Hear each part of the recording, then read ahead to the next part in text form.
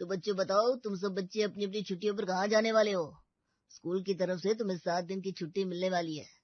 जहाँ भी घूमने जाओ पर ध्यान रहे, अपने होमवर्क को करना मत भूलना, क्योंकि घूमने के साथ साथ पढ़ाई भी बहुत जरूरी है। सर मैं तो अपने घर वालों के साथ नानी के यहाँ जाऊंगी। मुझे नानी के घर जाना बहुत अच्छा लगता है। मेरी नानी और मामा मुझे बहुत प्यार करते हैं और बहुत सारी चीजें भी दिलवाते हैं। सभी बच्चे अपनी अपनी छुट्टियों की प्लानिंग बताने लगते हैं और इतनी देर में टीचर ब्लैक बोर्ड पर सब लोगों के लिए होमवर्क लिख देते हैं, जिसके बाद वो सभी बच्चों से कहते हैं, बच्चों, मैंने बोर्ड पर आप सब लोगों की सर्दियों की छुट्टियों का होमवर्क लिख दिया है। सब बच्चे अच्छे से नोट कर लो और अच्छे से होमवर्क करके लाना। जो भी बच्चा इतने दिनों की छुट्टियों में होमवर्क करके नहीं लाएगा, उसे मेरी तरफ से बहुत डांट पड़ेगी और मैं उसे सीधा प्रिंसिपल ऑफिस में लेकर जाऊंगा। Okay teacher. Okay teacher. Okay teacher. अब सभी बच्चे अपनी अपनी कॉपी में टीचर का लिखा हुआ होमवर्क नोट करने लगते हैं। तभी वहीं क्लास में सबसे आगे की बेंच पर बैठा हुआ रोहन भी टीचर का ब्लैक बोर्ड पर लिखा हुआ होमवर्क नोट डाउन कर रहा होता है कि अचानक वो बहुत ज्यादा परेशान हो जाता है और तभी रोहन अपना हाथ ऊपर उठाता है, जिसे देखकर टीचर कहते हैं, हाँ बोलो रोहन, क्या बात है? कोई कंफ्यूजन है क्या? सर आपने गांव के ऊपर निबंध लिखकर लाने को दिया है, लेकिन मैं गांव के ऊपर निबंध कैसे लिखूंगा? मैं तो कभी गांव गया ही नहीं। ये क्या बोल रहे हो रोहन? तुम कभी अपने गांव नहीं गए?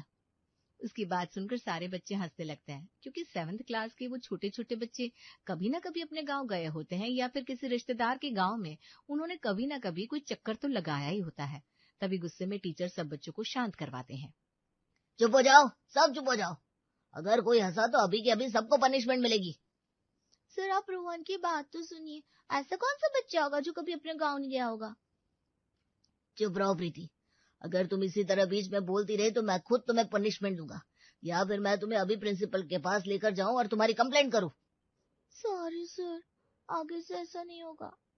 रोहन बेटा, अगर तुम कभी गांव नहीं गए हो तो तुम अपनी मम्मी से हेल्प ले लेना। अपनी मम्मी से पूछ लेना कि गांव कैसा होता है, जिसके बाद तुम गांव के ऊपर निबंध लिख कर आना। ओके सर, मैं आज ही जाकर अपनी मम्मी से इस बारे में बात करूंगा कि गांव पर निबंध कैसे लिखते हैं। आप देखना क्लास में सबसे अच्छा निबंध मेरा ही होगा।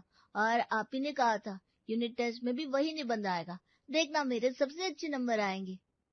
ठीक है रोहन, लेकिन Rohan and all the student, याद रहे किसी भी हाल में सारा होमवर्क पूरा होना चाहिए और ये निबंध लिखकर जरूर लाना है। और मैं यूनिट टेस्ट में भी आप लोगों से लिखवाऊंगा। आप चाहे अपनी मम्मी से इन्फॉर्मेशन लो या किसी से भी पूछ लो, पर मुझे निबंध चाहिए, मतलब चाहिए। Okay sir. स्कूल की छुट्टी होने के बाद रोहन घर आता है। रोशनी उस समय अपने लैपटॉप पर कुछ काम कर रही थी। वो अपने घर से ही वर्क फ्रॉम होम किया करती थी और सिर्फ हफ्ते में 1-2 दिन ऑफिस जाया करती थी। उसने आंखों पर चश्मा लगाया हुआ था और लैपटॉप में अपनी नजरें घुसा रखी थी। वो रोहन की आहट को महसूस करते हुए उसे कहती है, आगे तुम बेटा, जाओ कमरे में जाकर अपने कपड़े चेंज कर लो। किचन में मैंने तुम्हारा खाना गर्म करके रख दिया है, उसे खा लो और पूरा खाना फिनिश करना, वरना मम्मी से डांट खाने को मिलेगी तुम्हें। Okay mummy. रोहन अपने कमरे में जाकर कपड़े चेंज करता है, खाना खाता है और थोड़ी देर में अपनी मम्मी के पास वापस आता है। उसकी मम्मी उसे अपने पास आते देखकर अपनी आंखों का चश्मा हटाकर लैपटॉप को बंद करती है। क्या बात है रोहन बेटा, किसी बात से परेशान हो क्या? अरे तुम्हारी तो छुट्टियां पड़ गई होंगी ना, तुम्हें तो खुश होना चाहिए। हाँ माँ, मेरी छुट्टियां पड़ गई। तो फिर तुम परेशान क्यों नजर आ रहे हो? तुम्हें पता है जब मैं छोटी थी ना और मेरी छुट्टियां पड़ती थी, मैं तो बहुत एक्साइटेड हो जाती थी। मम्मी, मेरी टीचर ने मुझे छुट्टियों में गांव के ऊपर निबंध लिखकर लाने को कहा है, वो भी 500 वर्ड्स का।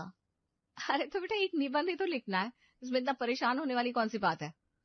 लेकिन मैं तो कभी गांव गया ही नहीं। अब मैं क्या लिख कर लेकर जाऊंगा? मुझे 7 दिन की छुट्टियां मिली है और 7 दिन के अंदर मुझे 500 शब्दों का निबंध लिखना है। मम्मी आपको पता है ये निबंध मेरे यूनिट टेस्ट में भी आएगा, तो मुझे ना अच्छा सा निबंध लिखना पड़ेगा। अरे बेटा, अगर मैं चाहूँ तो तुझे ऑनलाइन निबंध निकाल कर दे सकती हूँ या फिर मैं खुद तेरा निबंध लिख सकती हूँ। लेकिन मैं चाहती हूँ मैं तेरी एजुकेशन पर इतना पैसा खर्च कर रही हूँ, तो हर चीज तू खुद ऑब्जर्व करे और अपने हिसाब से निबंध लिखे। रोशनी ये बोलते ही थोड़ी देर कुछ सोचती है और कहती है, एक काम करते हैं, तेरी 1 हफ्ते की छुट्टी है ना और मैं तो वर्क फ्रॉम होम कर ही लेती हूँ, तो फिर हम तुम्हारे ताऊ जी के घर चलते हैं। तुम अपने ताऊ जी के घर रहोगे ना, तो वहां उनकी फैमिली को देखकर, उनके गांव को देखकर हर चीज को अच्छे से नोटिस करना और यहाँ पर आकर अपना होमवर्क पूरा कर लेना। क्या सच्ची मम्मी हम लोग गांव घूमने के लिए जा रहे हैं?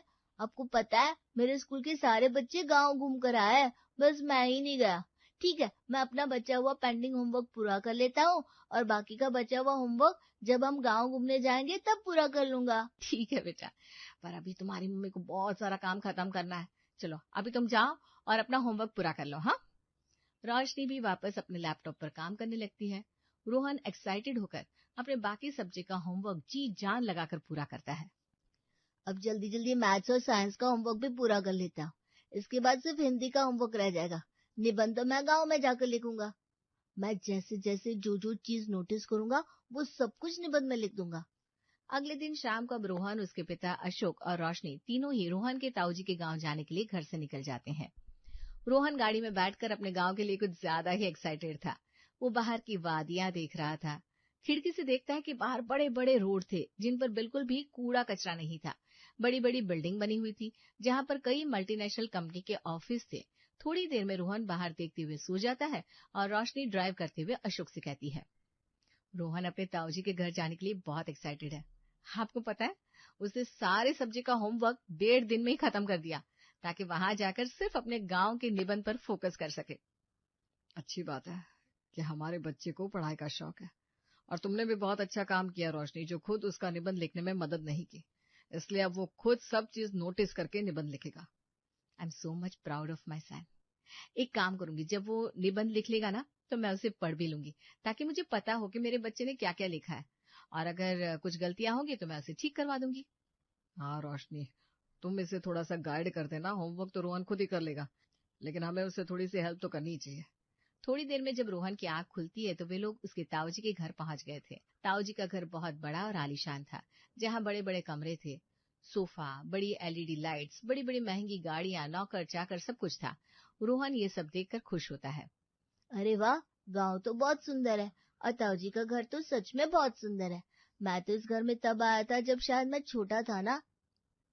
हाँ बेटा, तुम तो बहुत सालों के बाद आए हो। देखो मेरा बच्चा कितना बड़ा हो गया है। अब तुम आए हो तो आराम से कुछ दिन यहीं रुक कर जाना, और तुम्हारे स्कूल की जब भी छुट्टियां पड़ा करेगी तो मुझे बता देना। मैं अपने ड्राइवर को भेजकर तुम्हें गाँव बुला लूंगा। अब सारी बातें यही करेंगे क्या? बेचारा बच्चा थक कर आया है, अपने कमरे में जाकर चेंज कर लेगा। उसके बाद आप दोनों आराम से बैठकर बातें करना। ताई जी की बात सुनकर अब हर कोई कमरे की तरफ जाने लगता है, और वहीं रोहन की बात सुनकर ताऊ जी भी बहुत खुश होते हैं और प्यार से उसके सर पर हाथ फेरते हैं और उसे गोद में उठाकर घर के अंदर ले जाते हैं। रोहन अपना सारा सामान अपने कमरे में रखता है और तुरंत ही कॉपी पेन निकालकर लिखने लगता है। मेरे गांव का घर बहुत बड़ा है। मेरे गांव के घर के अंदर 4-4 BMW खड़ी है। मेरे गांव के घर में बहुत सारे नौकर चाकर है। मेरे गांव के घर के बाहर बहुत महंगे महंगे कैफे और रेस्टोरेंट है। मेरी ताई जी सिर्फ ब्रांडेड साड़ी पहनती है और उन्हें गोल्ड अच्छा नहीं लगता। वो सिर्फ प्लैटिनम की ज्वेलरी डालती है। मेरी ताई जी ने अभी iPhone 17 Pro Max लिया है, जिससे वो कल मेरी बहुत सारी फोटो भी खींचेगी। रोहन इतना लिखता ही है कि तभी उसके ताऊजी उसे आवाज देते हैं। आ जाओ रोहन बेटा, खाना तैयार है, खाना खा लो। अपने ताऊजी की आवाज सुनकर रोहन तुरंत ही कॉपी बंद करता है और नीचे खाना खाने के लिए चला जाता है। वो खाने की टेबल पर बैठता है तो देखता है खाने में कई सारे आइटम रखे थे, जैसे सैंडविच, पास्ता, बर्गर। खाने के बेस के ऊपर कोरियन, इटालियन, साउथ इंडियन हर तरह का खाना रखा हुआ था। रोहन आराम से खाना खाता है। तभी उसके ताऊजी कहते हैं, मुझे आज अपने दोस्त के घर किसी फंक्शन में जाना है। तुम सब लोग थक कर आए हो, इसलिए अपने कमरे में आराम करो। हम कल आराम से कहीं घूमने चलेंगे। ठीक है भैया, हम अपने कमरे में आराम कर लेते हैं। वैसे भी हम सच में बहुत ज्यादा थक गए हैं। अब रोहन फिर से अपने कमरे में जाता है और अपनी नोटबुक में आगे लिखने लगता है। मेरे ताऊजी कभी भी खुद ड्राइविंग नहीं करते। हमेशा ड्राइवर उन्हें इधर उधर लेकर जाता है। मेरे गांव में हर तरह का खाना मिलता है। आज तो मैंने कोरियन और इटालियन खाना खाया, मुझे बहुत अच्छा लगा। मेरे ताऊजी ब्लैक कलर के कोट पैंट में बहुत अच्छे लग रहे थे। वैसे उनका फेवरेट कलर ग्रे है, पर ब्लैक कलर भी उन पर बहुत अच्छा लगता है। अब ऐसे ही अगले दिन रोहन अपने ताऊजी और ताईजी के साथ गांव घूमने के लिए जाता है। उसके ताऊजी उसे एक बड़े से कैफे में लेकर जाते हैं और उसे उसकी पसंद का खाना खिलाते हैं। साथ ही वो गेम जोन में जाकर तरह तरह के गेम भी खेलता है, जिसके बाद वो घर वापस आता है और अपनी कॉपी में फिर से लिखता है। आज मैं ताऊजी के साथ घूमने के लिए गया था। मेरा गांव बहुत सुंदर है। मैंने अपने गांव के अंदर एक कैफे में बैठकर बहुत अच्छा खाना खाया और PS5 में गेम भी खेला। मैं तो अपनी छुट्टियों पर अक्सर ही गांव आया करूंगा। मेरे गांव में सारे मकान पक्के बने हुए हैं, टाइल्स लगी है। यहाँ पर नौकर सिर्फ मदद करते हैं। घर की साफ सफाई वैक्यूम क्लीनर से हो जाती है। रोहन अब ऐसे ही 500 शब्दों का निबंध पूरा लिख चुका था। वो पूरे गांव में अच्छे से घूमता है। एक रात जब रोहन अपने गांव में ही था, तभी रात के समय वो अशोक और रोशनी के कमरे में जाता है और अपनी मम्मी से कहता है, मम्मी मेरा निबंध पूरा हो गया, आप एक बार इसे पढ़ लो ना। अभी पढ़ लोगी तो मैं कल सिर्फ रेस्ट करूंगा, क्योंकि परसों मुझे स्कूल भी तो जाना है। रोशनी नींद में थी। वो रोहन का निबंध अपने हाथ में पकड़ लेती है, लेकिन पढ़ती नहीं। रोहन के जाते ही अशोक अपने कमरे का दरवाजा बंद कर लेता है और रोशनी से कहता है, हाँ रोशनी, तुमने ही तो मुझे ये कहा था कि तुम रोहन का गांव वाला निबंध पढ़ोगी। बोला तो था अशोक, लेकिन गांव आकर मेरा भी खुद काम करने का मन नहीं कर रहा, और ऑफिस की भी इतनी जरूरी मीटिंग होती है। वर्क फ्रॉम होम में बहुत काम होता है। सच बताओ ना, बहुत ज्यादा थक चुकी हूँ। मेरी बिल्कुल भी हिम्मत नहीं हो रही ये निबंध पढ़ने की। वैसे भी हमारा रोहन बहुत ज्यादा समझदार है, उसे जो भी लिखा होगा ठीक ही लिखा होगा। हाँ भाई, आजकल खुद के काम हो जाए वही बहुत बड़ी बात है। 500 वर्ड्स का निबंध कौन पढ़ने के लिए बैठेगा। तुम सुबह उसे ये कॉपी वापस कर देना और बोल देना कि उसने बहुत अच्छा निबंध लिखा है। अब ऐसा ही होता है। अगले दिन रोशनी रोहन को उसकी कॉपी वापस करती है, जिस पर रोहन पूछता है, मम्मी मैंने निबंध अच्छा लिखा है ना, कोई कमी नहीं है ना? नहीं, मेरा बच्चा तो वैसे भी बहुत ज्यादा समझदार है, वो कुछ गलत कैसे लिख सकता है। रोहन बेटा, तुमने बहुत अच्छा निबंध लिखा है और कोई स्पेलिंग मिस्टेक भी नहीं है। तुम ये आराम से जाकर टीचर को देना। ठीक है मम्मी, आज तो हमारा लास्ट डे है ना यहाँ पर, उसके बाद तो हमें जाना है। मैं कल ये निबंध सब लोगों को खुद पढ़कर सुनाऊंगा, सब बहुत ज्यादा खुश हो जाएंगे। ऐसे ही दिन गुजर जाता है। उसकी छुट्टियां खत्म हो जाती है। रोहन का अपने गांव छोड़कर जाने का बिल्कुल भी मन नहीं था। रोहन बेटा, तुम ये प्रॉमिस करके जा रहे हो कि जब भी तुम्हें हमारी याद आएगी तुम हमें सिर्फ एक कॉल कर दोगे, हैं? हम तुम्हें लेने के लिए आ जाएंगे या ड्राइवर को भेज देंगे। ताई जी, मुझे यहाँ पर बहुत मजा आया, मैं यहाँ पर दोबारा जरूर आऊंगा। अच्छा बेटा, अब तुम टाइम से अपने घर चले जाओ, वैसे भी कल तुम्हें स्कूल भी जाना है ना। रोहन का वापस अपने घर जाने का मन तो नहीं था, लेकिन फिर भी वो अपने माता पिता के साथ वापस शहर आ जाता है। अब अगले दिन टीचर सब लोगों का होमवर्क पूछते हैं।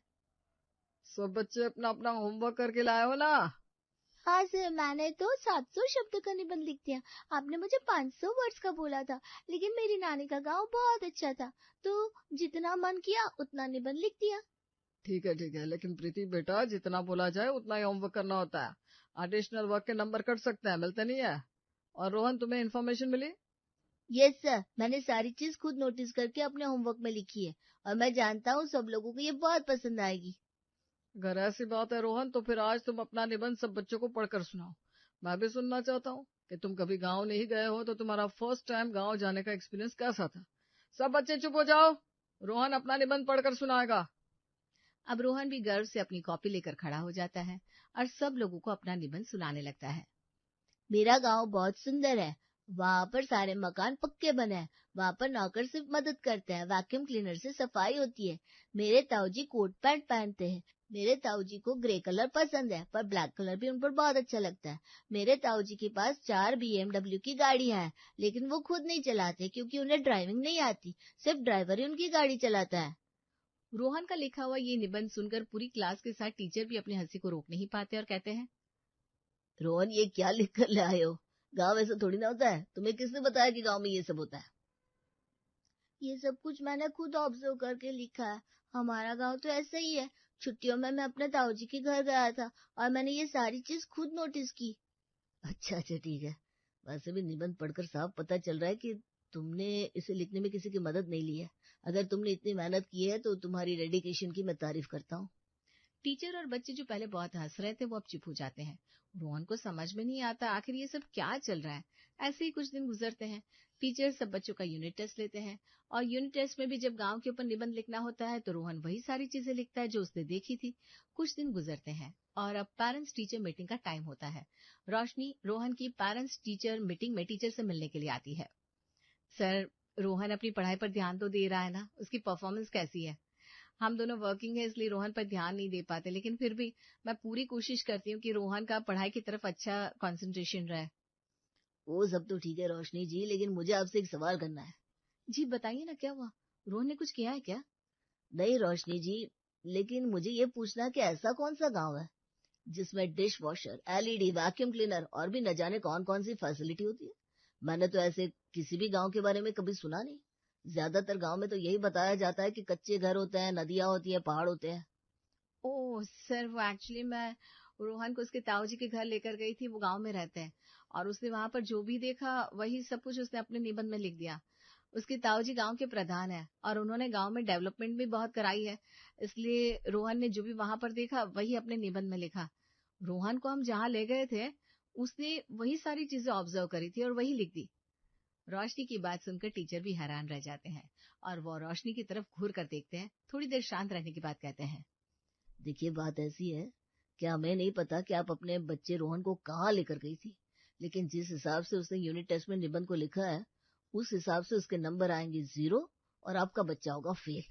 बाकी रोशनी जी, जितने फैक्ट आपको लिखवाने हैं अब लिखवाते रहना।